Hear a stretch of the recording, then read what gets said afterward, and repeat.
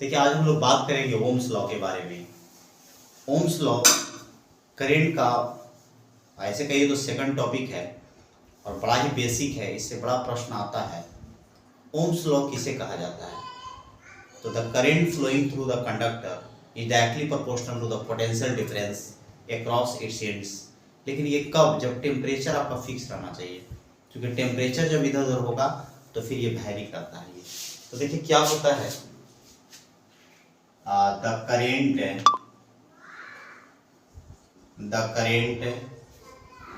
flowing through a conductor is directly proportional to the potential difference across its ends if temperature remains constant। देखिए बहुत markable बात है यहाँ पर। अगर मान लिया जाए कि कोई कंडक्टर अगर हम लेते हैं, कोई कंडक्टर अगर हम ले रहे हैं यहाँ पर, और इससे जो करंट फ्लो करेगा, तो यहाँ पर कोई सोर्स लगा दे आपको समझने के लिए, तो ये जो पॉइंट होगा V1 और ये यहाँ V2 हम ले, तो जो कंडक्टर है उसके दोनों एंड का जो पोटेंशियल डिफरेंस होगा उसके प्रोपोर्शनल होता है। यहाँ पर एक चीज और समझना होगा कि करंट हमेशा हाई टू लो चलता है यहाँ पर, तो V1 बड़ा होगा आपका। अगर हम मान लें कि V1 minus V2 equal to V, तो V प्रोपोर्शनल टू क्या होगा? I। लेकिन T क्या होगा? यहाँ कांस्टेंट होगा। The current flowing through a conductor is directly proportional to the potential difference across its end if temperature remains constant. देखिए कह रहा है यहाँ पर, फिर से इसको समझना होगा कि मान लिया जाए कि ये अगर कंडक्टर है, यहाँ पर करंट इधर से इधर फ्लो कर रहा है, हाई पोटेंशियल है और ये लो पोटेंशियल है, तो इसमें जो करंट होगा, तो ये जो कंडक्टर है उसका अक्रॉस इंच जो पीडी होगा, पोटेंशियल डिफरेंस होगा, उसके प्रोपोर्शनल होता है यहाँ। तो जब इसको हम प्रोपोर्शनलिटी को तोड़ेंगे भी, तो बराबर आता है आर आता है I, where R is the proportionality constant which is known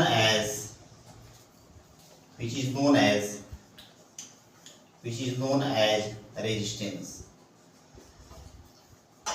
अगर R की बात करें आप, तो यहां से हो जाएगा V बाई आई, और इसका SI यूनिट क्या होगा? SI यूनिट तो वोल्ट पर एम्पियर होता है, जो कि ओम कहलाता है। एक बात और समझना है, एक और टर्म डिफाइन होता है G, कंडक्टेंस इसको कहते हैं। कंडक्टेंस रेसिप्रोकल ऑफ रेजिस्टेंस कहा जाता है। इसका ऐसा यूनिट बड़ा पूछता है, देखिए तो ओम इनवर्स हो जाएगा, इसी को हम लोग महो बोलते हैं और इसी को साइमन बोला जाता है। तो ध्यान देना यहाँ पर, अगर कंडक्टेंस की हम लोग बात करेंगे तो reciprocal of resistance is known as conductance. अब देखिए आप ध्यान से देखिए, हम लोग R किन बातों पर निर्भर करेगा, तो R के बारे में समझना है कि मटेरियल पर डिपेंड नहीं करता। R जो है मटेरियल पर क्या होगा? डिपेंड नहीं करेगा, ये बात समझना है। R जो है मुख्य रूप से डायमेंशन पर डिपेंड करता है। R depends on dimension of a conductor. Mainly आपको ये समझना होगा। जैसे एज फॉर एग्जांपल हम ले यहाँ पर, जैसे मान लिया जाए कि आपका एक स्लैब है, देखिए यहाँ पर स्लैब ले लें, कंडक्टिंग स्लैब है। देखिए क्या है? Conducting slab. और इसका लेंथ जो है हम लोग मान रहे हैं, ये देखिए इसका लेंथ हम लोग ले लें L,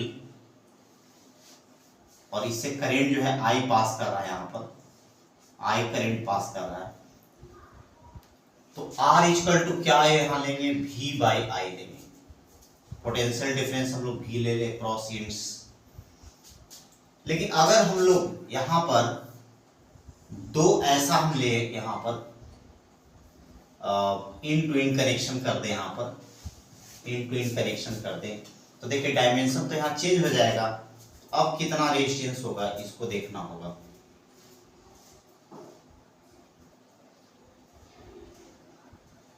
ये आपका देखिए यहाँ पर ये ऐसा ऐसा दो जो है कि हम लोग कंडक्टर को इस तरह, तो देखिए ये L है और एक और जो है L, मैंने दो को इन टू इन कनेक्ट कर दिए। दो जैसे मान लिया आप मार्कर को देख रहे हैं, यहाँ पर एक और उसी तरह मार्कर जोड़ दिए, तो जब लेंथ ट्वाइस होता है तो यहाँ पर देखिए वोल्टेज आपका क्या होगा, एडिटिव हो जाएगा, ये भी 2V हो जाएगा, लेकिन करंट तो सेम पास करेगा, आप देख सकते हैं। तो यहाँ पर अगर R कॉम्बिनेशन की बात करें, कॉम्बिनेशन, तो क्या होगा 2V बाई I तो चूंकि सेम है, तो यहाँ ध्यान देना है कि V बाई I को हम क्या माने थे आप, तो ये देखिए 2R हो जाएगा। फिर हम एक केस कंसीडर करते हैं कि एक ही वायर को हम लोग एलोंग द लेंथ जो है एरिया डिवाइड कर रहे हैं। देखिए यहाँ पर इसको हम लोग बनाने का प्रयास करेंगे। क्या कर रहे हैं, इसके एरिया को जो है हाफ करेंगे। देखिए यहाँ पर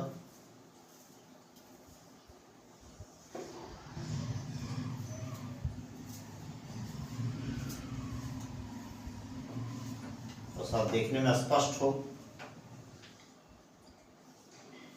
देखिए एरिया को हम हाफ कर दे रहे हैं यहाँ पर,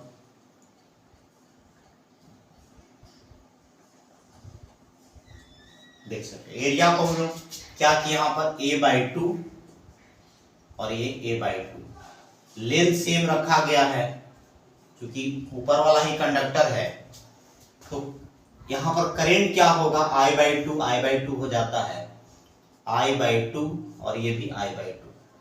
जस्ट आप एनालॉग के द्वारा समझ सकते हैं कि अगर मान लिया जाए कि कोई पाइप है और इसमें आपका जो है कि वाटर फ्लो कर रहा है, जस्ट इसको हम लोग दो इसमें बना दे पाइप, तो क्या होगा, हाफ हाफ जो है वाटर जाएगा इसमें, देखिए फ्लो जो है हाफ हाफ हो जाएगा। तो यहाँ से R1 अगर इसको हम कहें तो क्या हो जाएगा, लेंथ सेम है तो पोटेंशियल सेम रहेगा, तो क्या हो जाएगा यहाँ पर V, लेकिन करंट क्या हो गया, आधा हो गया, क्या होगा 2V बाई I, तो यहाँ होगा 2R। देखिए अब हम लोग मार्क करेंगे यहाँ पर कि हमने देखा कि लेंथ जब डबल किए तो क्या हमने पाया कि लेंथ जब डबल कर रहे हैं तो रेजिस्टेंस डबल हो रहा है। इसका मतलब कि R का L के साथ प्रोपोर्शनलिटी होल्ड कर रहा है, लेकिन यहाँ पर देखिए एरिया को जब आधा किया जा रहा है, तो एरिया को जब हाफ किए हैं तो रेजिस्टेंस यहाँ डबल हो रहा है, एरिया को आधा किए हैं तो रेजिस्टेंस डबल हो रहा है। देखिए उल्टा हो रहा है, R और A में कैसा संबंध हो जाएगा, उल्टा का संबंध हो जाएगा, रेसिप्रोकल का संबंध हो जाएगा। और यहाँ से हम लोग मिलाएंगे from 1 and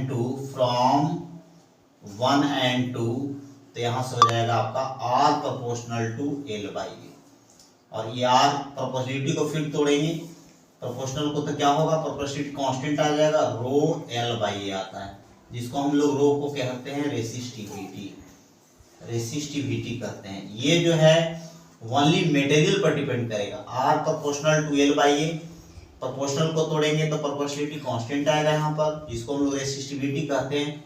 only depends on material, only depends, अब टेम्परेचर फिक्स रखेंगे तब, टेम्परेचर आपका कांस्टेंट है, T को हम लोग कांस्टेंट करके बात करें तो only depends on material, depends स्पष्ट लिख दिया जाए इसको, स्पेस की कमी है देखिए यहाँ पे।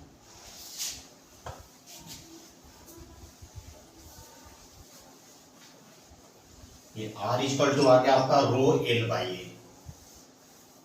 R इक्वल टू आ गया रो L/A। देखिए R equal to rho L by A. ये रो जो है आपका किस पर डिपेंड करेगा, डिपेंड्स ऑन द मटेरियल। ये ध्यान देना, मटेरियल जैसा लीजिएगा वो फिक्स रहेगा, और इसको रो को कहेंगे रेसिस्टिविटी। ध्यान देना होगा कि resistivity is low for a conductor. Conductor के लिए इसका मान क्या होगा, कम होगा, तब ना उससे करंट फ्लो करेगा। क्योंकि जब रेसिस्टिविटी हाई होगा तो कैसे होगा, इंसुलेटर के लिए ज्यादा होगा। तो अब देखिए थोड़ा सा हम लोग और इसको आगे इंप्रूव करते हैं। Ohm's law V equal to IR। देखिए V आपको समझना होगा, V इक्वल टू एक फार्मूला होता है EL। आप जानते हैं कि जो पोटेंशियल ग्रेडियंट होता है वो निगेटिव के साथ इलेक्ट्रिक फील्ड के बराबर होता है। तो हम लोग मैग्नीट्यूड में बात करेंगे तो potential equal to electric field into length. तो यहाँ पर पुट कर दिया जाए EL, और ये I हो गया, और R का मान रखा जाए रो एल बाई ए। ये आप समझ रहे हैं ओम्स लॉ है। तो L से कैंसिल होगा, तो E बराबर क्या होगा, I बाई ए को हम लोग J कहते हैं इंटू रो। J क्या होता है, करेंट डेंसिटी होता है, J equal to I by A. देखिए ये आपका है करेंट डेंसिटी है, ये वेक्टर क्वांटिटी होता है। देखिए यहाँ पर J डॉट A ये आपको I देता है, ये ध्यान देना। ये स्केलर है करेंट, लेकिन ये करेंट डेंसिटी क्या है, वेक्टर है। ये बहुत मार्क करने वाली बात है। और क्रॉस सेक्शन है कि आपका एरिया है, यहाँ पर वेक्टर है। यहाँ पर देखिए यहाँ ये भी वेक्टर है, तो आप देख सकते हैं दो वेक्टर का स्केलर प्रोडक्ट जो है क्या देता है, करेंट देता है। अब देखिए यहाँ से एक रिलेशन और हम लोग बात करेंगे, J equal to E by rho. तो 1 बाई रो सिग्मा हो जाता है, एक और टर्म हो जाता है जिसको हम लोग सिग्मा को कहते हैं कंडक्टिविटी। क्या कहेंगे, कंडक्टिविटी कहेंगे, जिसको हिंदी में चालकता कहते हैं। और रेसिस्टिविटी क्या होगा, प्रतिरोधकता हुआ वहां पर, या उसको विशिष्ट प्रतिरोध भी कर सकते हैं। तो ये आपका एक संबंध आ जाता है कि सिग्मा जो है 1 बाई रो होगा। क्योंकि कंडक्टर के लिए आपको समझना होगा ये लो होता है तो ये क्या होगा, हाई होगा। अब देखिए यहां पर कैसे टेम्परेचर के साथ हम लोग का ये वैरी करेगा।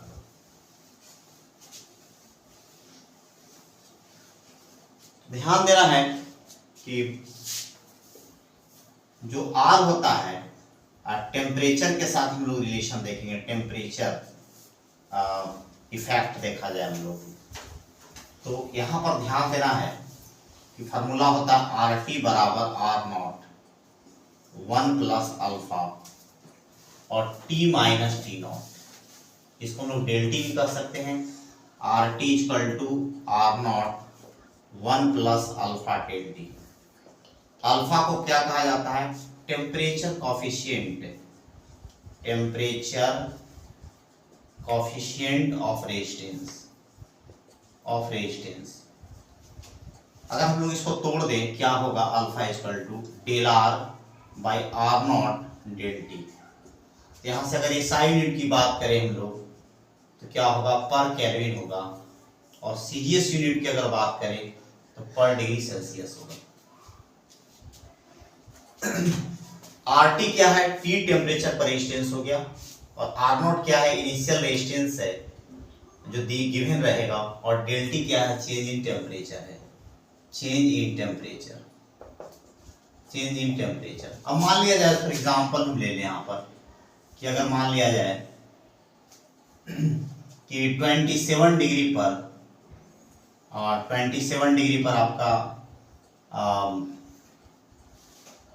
अगर मान लीजिए कि 2 ओम है, और आपसे पूछा जाए कि 127 डिग्री सी पर कितना होगा, ये पूछा जाए। अल्फा मान लीजिए दिया हुआ है आपको, एक ऑर्डर ले लिया जाए 10⁵ पर डिग्री सी, तो आप रख सकते हैं, यहाँ पर बना सकते हैं RT इक्वल टू R0 जैसे 2 ओम ले लेंगे और ये आपका 1 हो जाएगा, अल्फा आपका 10⁻⁵ ऑर्डर का हमने लिया है, और इनटू ये हो जाएगा 127 में से 27 को हटाइए तो 100 हो जाएगा, तो यहाँ से हो जाएगा 2 और ये हो जाएगा आपका 1 + 10⁻³ हो जाएगा।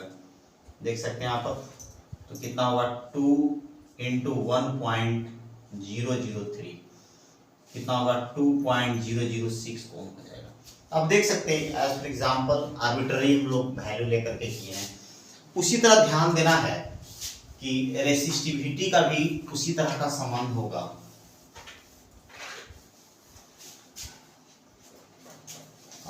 रो equal to rho naught 1 + α∆t same होता है एकदम, क्योंकि R इक्वल टू आप जानते हैं रो L बाई ए होता है। तो देखिए R का जो फार्मूला होगा वो रो के साथ भी कंसर्न होता है, तो आप देख सकते हैं यहाँ पर, तो ये सिमिलर फार्मूला है और इसमें भी आपका सेम समझना होगा। इनिशियल आपका जो गिवन है और ये टी टेम्परेचर पर आपको निकालना है, अल्फा सेम वही है, टेम्परेचर कोफिशिएंट ऑफ रेजिस्टेंस कहा जा सकता है, या यहाँ टेम्परेचर कोफिशिएंट ऑफ रेजिस्टिविटी दे देगा आपको, और यहाँ ध्यान देना होगा आपका del T change in temperature है, ये आपका चेंज इन टेम्परेचर बस जो थोड़ा सा नामकरण बदलता है, लेकिन आपको वैल्यू सेम उसी तरह का हम लोग रख के पुट करेंगे। तो इस तरह हम लोग जो है कि एनसीईआरटी की क्वेश्चन है, जैसे आपका एनसीईआरटी में 3.7 है, R0 दिया हुआ 2.1 ओम और RT दिया हुआ 2.7 ओम, टेम्परेचर दिया हुआ है, अल्फा इक्वल टू हम निकालेंगे टेम्परेचर कोफिशिएंट ऑफ रेजिस्टिविटी निकालना है इसमें, तो डेल R/R0 डेल टी। देखिए सेम हम लोग ऐसा प्रश्न किए हैं अभी, तो देखिए घटा लीजिए कितना होगा 0.6 हो जाएगा, 2.1 है 2.7 तो 0.6 हो गया यहाँ पर, और शुरू में है 2.1 और डेल टी कितना हो गया आपका देख लीजिए 100 में से घटा लीजिए उसको, तो कितना हो जाएगा देखिए 100.0, अच्छा 27 डायरेक्ट घटाना है, पॉइंट में नहीं है, देखिए यहाँ पर, तो 3 हो जाएगा, 7 हो जाएगा आपका 73, तो यहाँ पर देखिए पॉइंट खत्म हो जाएगा, इसको हटा दें, 3 दूनी 6 और 7 और 21 हो जाएगा यहाँ पर, तो 2/3 21 7 21 के घात में 2 49 और 2 51 है ना, इतना होगा 3 21 की 1 7 और 21 एक हाथ में 2 49 2 51 है ना, ये हो गया आपका। तो इसको डिवाइड करेंगे तो कितना होगा, लगभग देखिए अगर हम 5 के 20 अगर 50 रहता तो 0.4 जैसा आता, तो 0.0039 पर डिग्री सी आ जाएगा। देखिए यही आपका आंसर है। तो आप अप्रोक्सीमेटली भी देख सकते हैं यहाँ पर कि पॉइंट के बाद 2 आएगा 0 और 0.4 होना चाहिए, लेकिन 4 चूँकि 11 ज़्यादा है ना, तो ये 39 के आसपास आ जाएगा।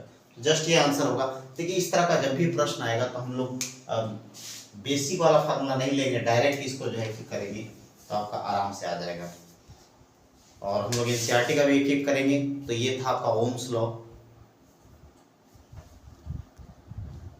देखिए ओम्स लॉ के आधार पर कंडक्टर का भी डिवीजन किया गया है, ohmic conductor, non ohmic conductor. तो ये ऑब्जेक्टिव प्रश्न आपका इससे बनता है, उसको भी हम लोग देख लें। जैसे इसको हम लोग बात करें अगर ओहमिक कंडक्टर, ओहमिक कंडक्टर, और एक तरफ देख लें हम लोग नॉन ओहमिक कंडक्टर। देखिए ये the conductor which follows Ohm's law, the conductor which does not follow Ohm's law. तो एग्जाम्पल पूछा जाता है, जैसे वायर ऑफ कॉपर हो गया आपको, copper, wire of heater, filament of bulb, इस तरह का ऑप्शन में दिया रहेगा। तो देखिए ये आपका ओहमिक है, वायर वाला होता है। नॉन ओहमिक में जैसे इलेक्ट्रोलाइट हो गया आपका, डायोड हो गया, ट्रायोड हो गया। तो इस तरह आप देख सकते हैं यहाँ पर ये आपका नन ओमिक है, ये ओम्स लॉ को फॉलो नहीं करता है। जैसे इसमें V प्रोपोर्शनल टू I होता है, लेकिन इसमें क्या होगा, V और I में प्रोपोर्शनलिटी का संबंध नहीं है, वेरिएशन ज्यादा होगा। V और I क्या हो जाता है, रिलेशन सीज्ड हो जाएगा, तब जो है ये नॉन ओमिक होगा। V proportional to I ceased हो जाएगा, इसमें ये ध्यान देना है। लॉ की अगर बात करेंगे, लिमिटेशंस ऑफ ओम्स लॉ, कहने का मतलब है कि पहला V इक्वल टू IR होगा if टेम्परेचर रिमेन्स कांस्टेंट,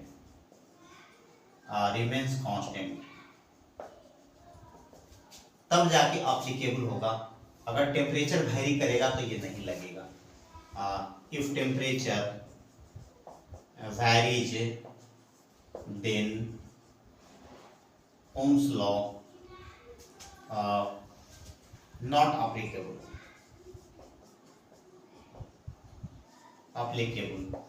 दूसरा, ओम्स लॉ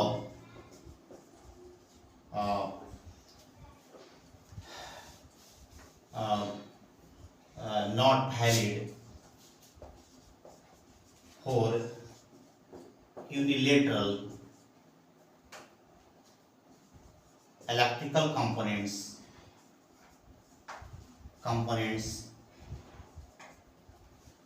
such as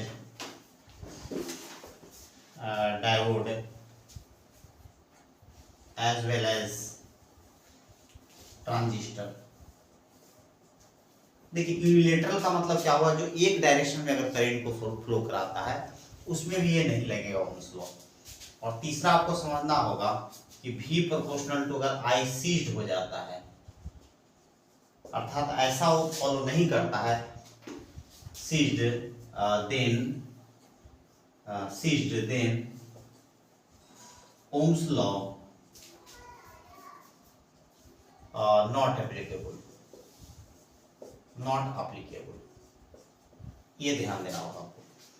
तो ओम्स लॉ की लिमिटेशंस की बात करें हम लोग, तो आता है लिखने के लिए कभी भी, तो आप आराम से इसको लिख सकते हैं।